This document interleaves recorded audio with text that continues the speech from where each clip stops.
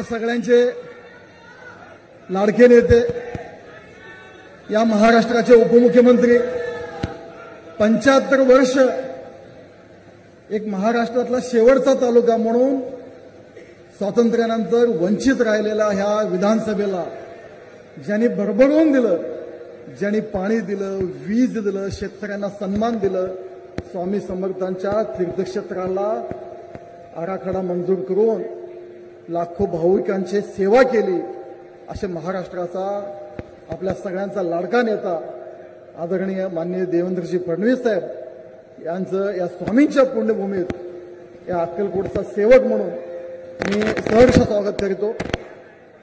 मंचावर उपस्थित माजी खासदार आदरणीय डॉक्टर जयसिद्धेश्वर शिवाचार्य महास्वामीजी, मंचावर उपस्थित माजी मंत्री दक्षिण सोलापूरचे आमदार आदरणीय माझे मार्गदर्शक सुभाष बापू, विधानसभेतील माझे सहकारी आदरणीय समाधानदादा, माझे सहकारी आदरणीय रामभाऊजी सातपुते, मंचावर उपस्थित शिवानंद पाटील साहेब, आमचे तालुका अध्यक्ष साहेब, शहर अध्यक्ष साहेब, अक्कलकोट शहरातील नगरपालिकेतले सगळे नगरसेवक पदाधिकारी, या ठिकाणी उपस्थित अक्कलकोट विधानसभेतील तमाम माता भगिनी, सगळे वडीलधारी आणि सगळे आलेले युवक सहकारी माझे, मंचावर उपस्थित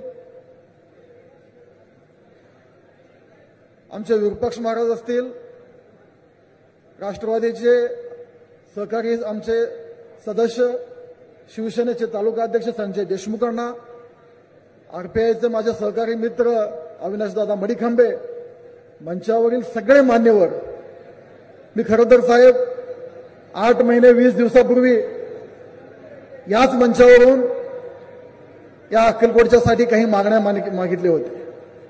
साहेब, मी मागणी करताना मला वाटलं माझे एक सहकारी तिथं शिवशंकर स्वामी म्हणून मंचावर दिसत नाही, की तिथं कडेला थांबलंय, ते सांगत होते की कधी ते शिवशंकर स्वामी काँग्रेस राष्ट्रवादीतून पुढे आलेले कार्यकर्ता कधीही आपल्या नेत्याला मागत असताना भरभरून मागायचं, मला 10 मागितले की 4 मिळत असतं, ते राजकारणातली परंपरा आहे। पण साहेब, मी जे मागितलं मला माहित नव्हतं मिळेल का नाही, पण या अक्कलकोटला आल्यावर या अक्कलकोटचा लोकप्रतिनिधी, इथला लोकसेवक म्हणून मी तुम्हाला ज्या मागण्या मागणी केले साहेब, 75 वर्ष झाले स्वातंत्र्य मिळून आमच्या गावाला, आमच्या अक्कलकोट विधानसभेला पाणी नव्हतं।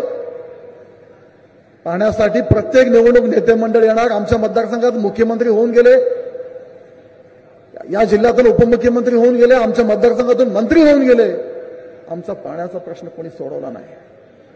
तुम्ही मुख्यमंत्री झालात, सुप्रमा दिलात, आता भरभरून पैसे दिलात, एकरूप योजना जवळपास म्हणजे पूर्णत्वास आणली, 17,500 हेक्टर म्हणजे जवळपास 42-45 हजार एकर ओलिताखाली आणायचं काम माननीय देवेंद्रजी तुम्ही केलात।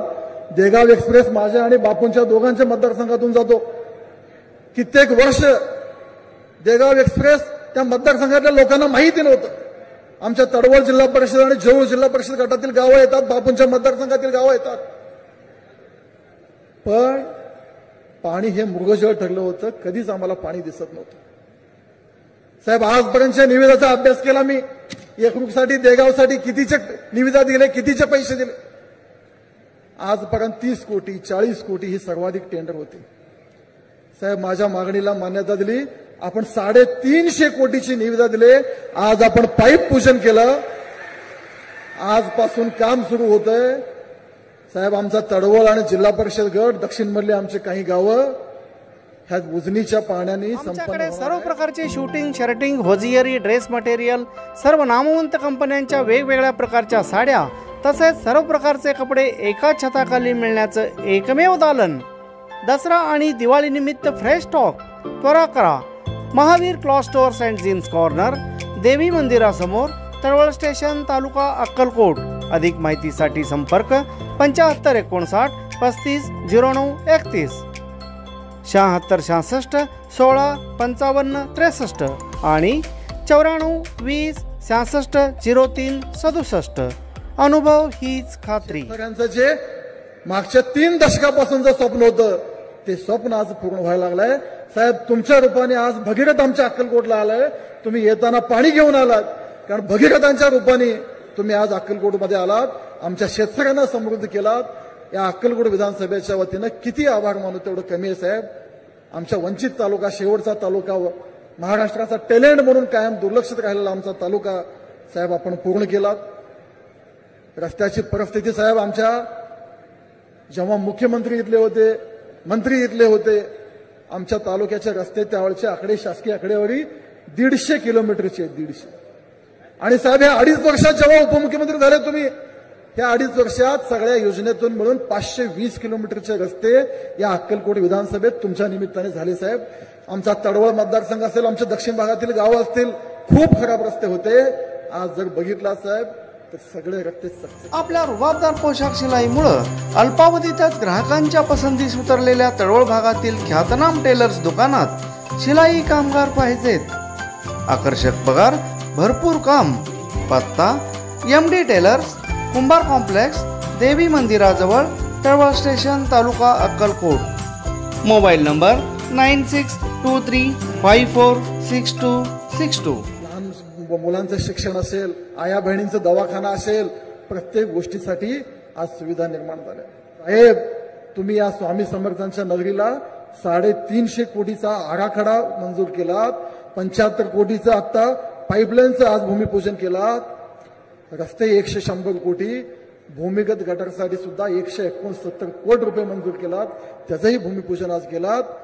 कुठं स्वामी समर्थांना टीका करणारे आणि कुठे स्वामी समर्थांचे सेवक म्हणून तुम्ही या नगरीला भरभरून दिलात. साहेब जास्त काही बोलत नाही.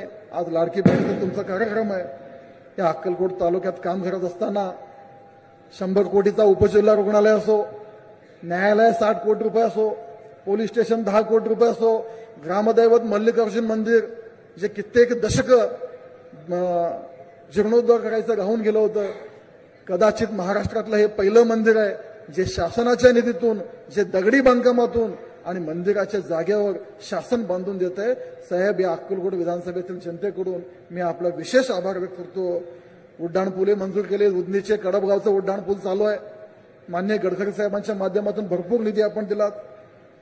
कर्जाचं आमचं पर्यटन केंद्र मंजूर केलं 22 कोटीचं. साहेब असंख्य, मी यादी वाचायला लागलो तर मला आपल्या कार्यालयातून 7 मिनिटाचा वेळ मिळालाय. मी यादी वाचायला गेलो तर पहिले 15 मिनिटं माझ्या कामाची यादी वाचायला जातील. मी यादी नाही वाचणार. साहेब तुम्ही 2019ला जेव्हा माझी उमेदवारी डिक्लेअर केलात, काही अक्कलकोटचे लोक, दक्षिणचे लोक तुम्हाला निवेदन द्यायला आले होते आणि त्या दिवशी तुम्ही सांगितलं होतात सचिनला निवडून आणा, पाणीही देतो आणि जलपूजनालाही मिळतो.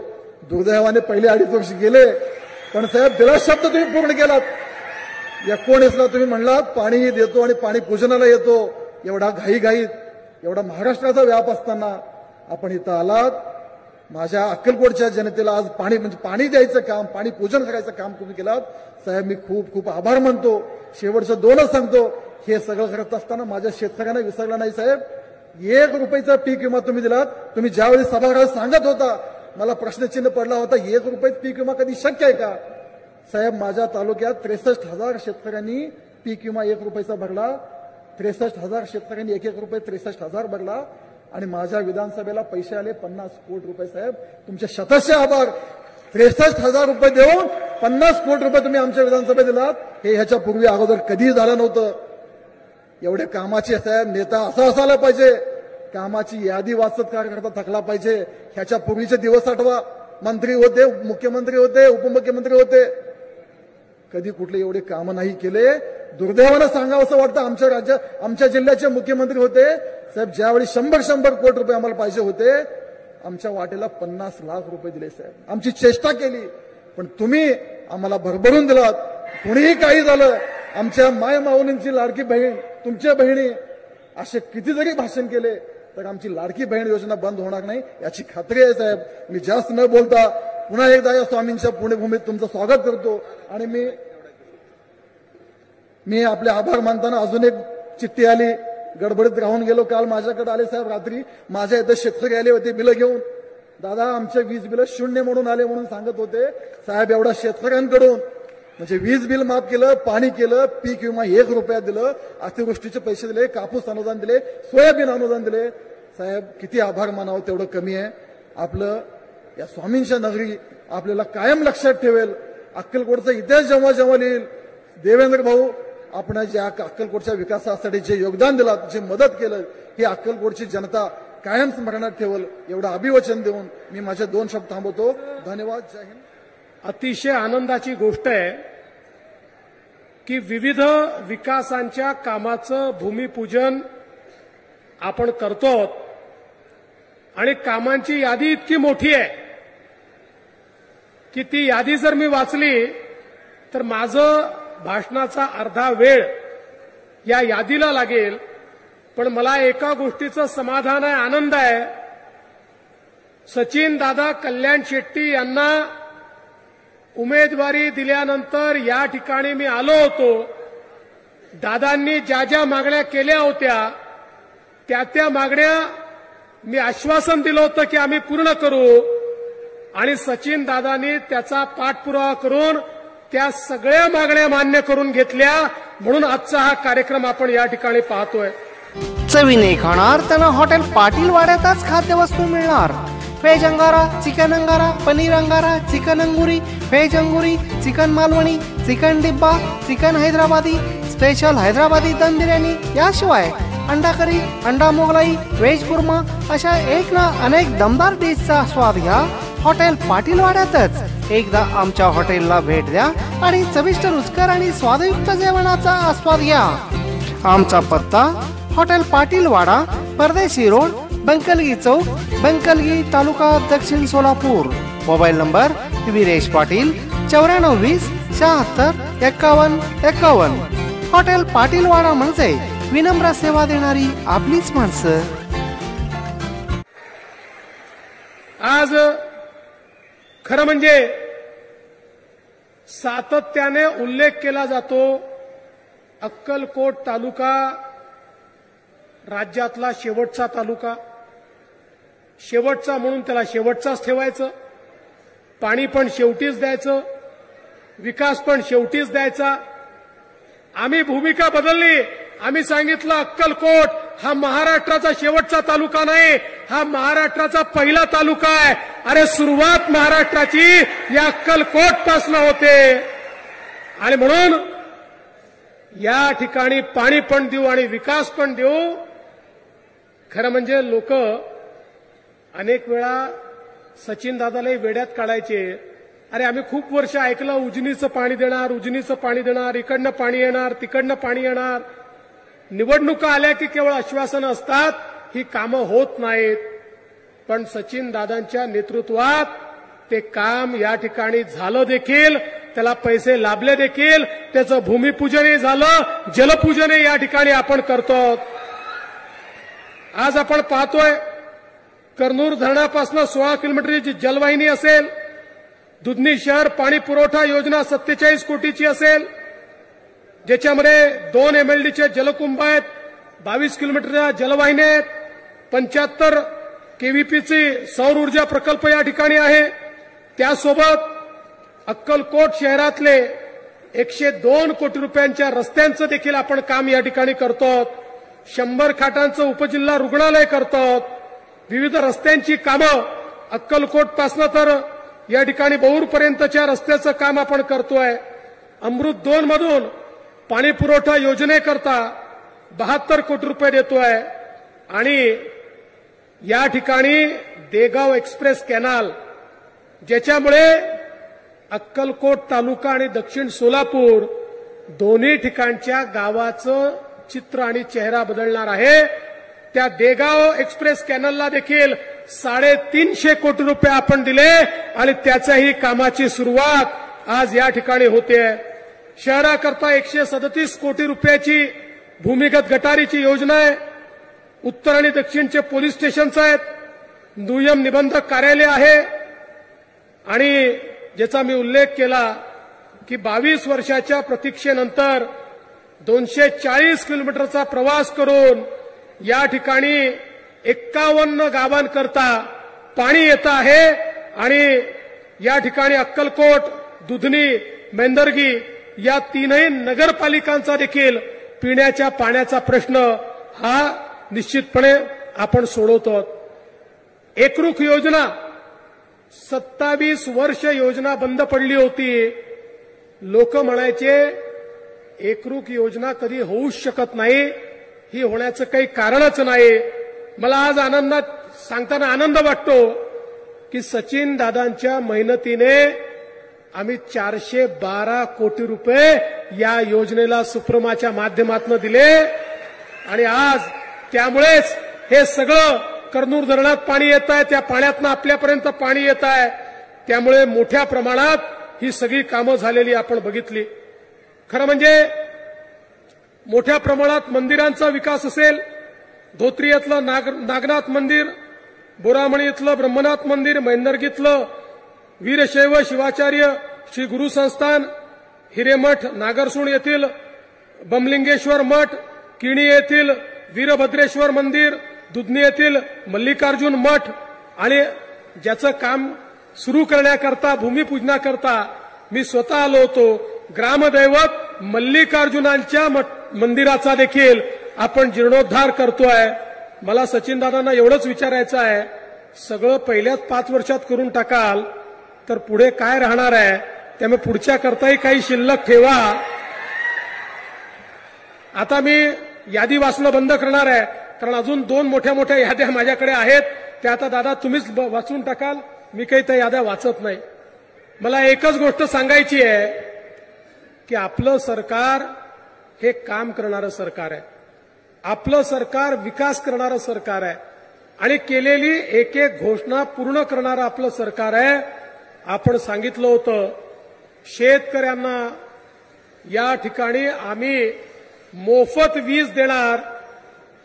लोक म्हणाले की मागच्या काळामध्ये अशा प्रकारची अनाउन्समेंट तर सुशील कुमार शिंदेंनी केली होती, पण नंतर विलासराव आले आणि त्यांनी सांगितलं प्रिंटिंग मिस्टेक होती, त्यामुळे कोणालाही अशी माफी मिळणार नाही. आठवतं ना 2004 साली? आपलं असं नाही आहे, ऍडव्हान्समध्ये काम आहे. आम्ही घोषणा केली आणि तुम्हाला तुमचे पैसे भरल्याची पावती 000 म्हणजे आता पावती कशी आली आहे? तुमच्याकडनं घेणं 18,000 रुपये, सरकारने तुमचं बिल भरलं 18,000 रुपये, तुमच्याकडनं घेणं 000. पुढच्या 5 वर्षाकरता आता तुमच्याकडनं विजेचं बिल हे घेतलं जाणार नाही. ही व्यवस्था आपल्या सरकारने केली आहे. आणि त्याच्याही पलीकडे काय करतोय आपण? आता आपण सौर कृषी वाहिनीची कामं चालू केली. 12,000 मेगावॅटची कामं सुरू झाली आहेत. पुढच्या 15 महिन्यानंतर 15 ते 18 महिन्यानंतर आमच्या शेतकऱ्याला 365 दिवस दिवसा 12 तास अखंडित वीज ही आम्ही त्या ठिकाणी देणार आहोत. 365 दिवसही देणार आहोत. आणि यासोबत आपण आता सौर कृषी पंपाची योजना आणली. 7.5 HPचा पंप तुम्हाला पाहिजे असेल, काहीच करायचं कारण नाही, मागेल त्याला कृषी पंप ही योजना आहे. एकूण त्याचा जो खर्च आहे त्याच्या फक्त 10% पैसे शेतकऱ्यांनी भरायचे, 90% पैसे राज्य सरकार भरून तुमच्याकडे तो पंप लावून देईल.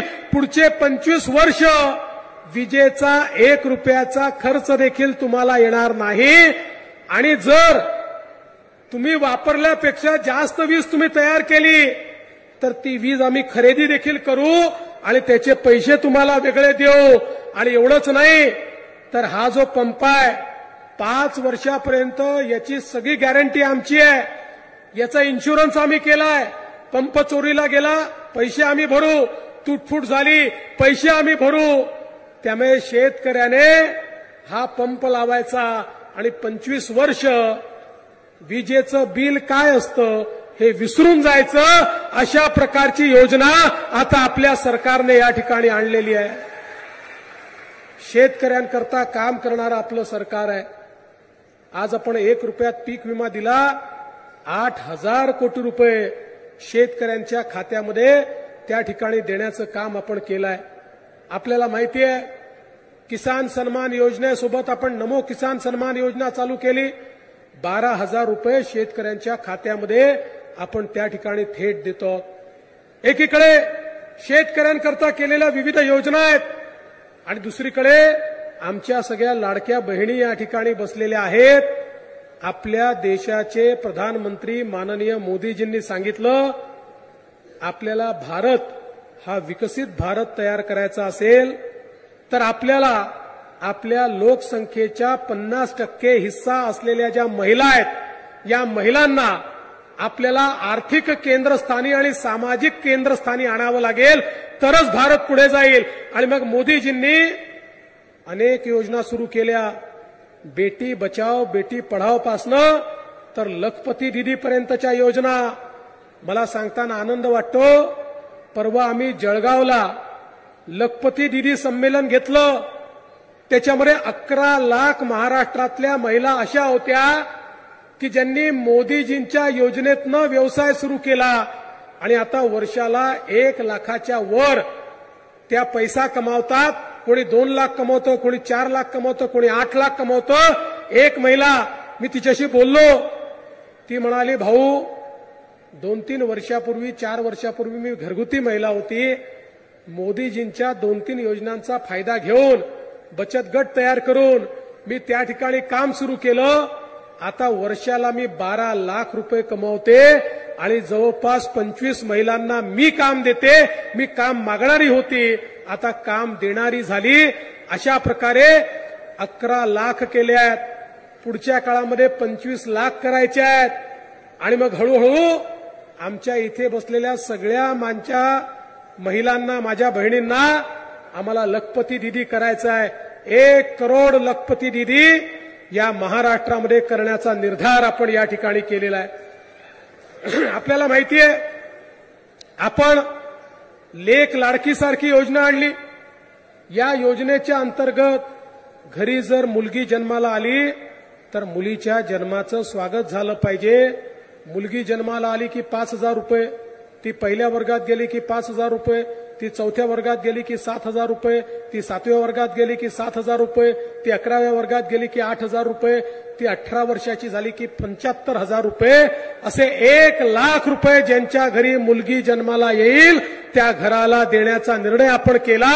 आणि अनेक घरांमध्ये गेले 1 वर्ष हे पैसे देणं आपण सुरू केलेलं आहे.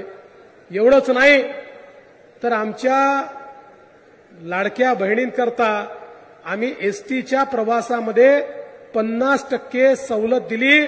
आता महिलांना 50%च तिकीट लागतं. ज्यावेळी हा निर्णय घेतला, एसटी विभागाचे लोक सगळे आमच्याकडे आले आणि येऊन त्या ठिकाणी म्हणाले, साहेब अशा प्रकारचा निर्णय करू नका, आमची एसटी डबघाईला येईल. आम्ही सांगितलं निर्णय घ्यावा लागेल. 1 महिन्यापूर्वी ते सगळे लोक आले, म्हणाले साहेब काय उत्तम निर्णय झाला. आम्ही म्हटलं अरे तुम्ही तर रडत होतात. म्हणाला नाही, इतक्या महिलांनी प्रवास चालू केला की आमची तोट्यात असलेली एसटी आता फायद्यामध्ये आली. ही ताकद आमच्या माता भगिनींची आहे. आता तर परिस्थिती अशी आहे, आमच्या बहिणी आमच्या भाऊजींना सांगतात तुम्ही घरी बसा, तुम्ही तालुक्याला किंवा जिल्ह्याला गेले तर पान तंबाखू खर्रा काय काय व्यसन करता, तिकीटे दुप्पट लागतं, खिशातले पैसे खर्च करून येता. आम्ही गेलो अर्ध्या तिकिटात जाऊन पैसे वापस घेऊन येतो, त्यामुळे आता तुम्ही घरी बसा, आता आम्ही जातो. अशा प्रकारे आमच्या बहिणींनी सांगणं सुरू केलं आहे. बरोबर आहे ना बहिणींनो?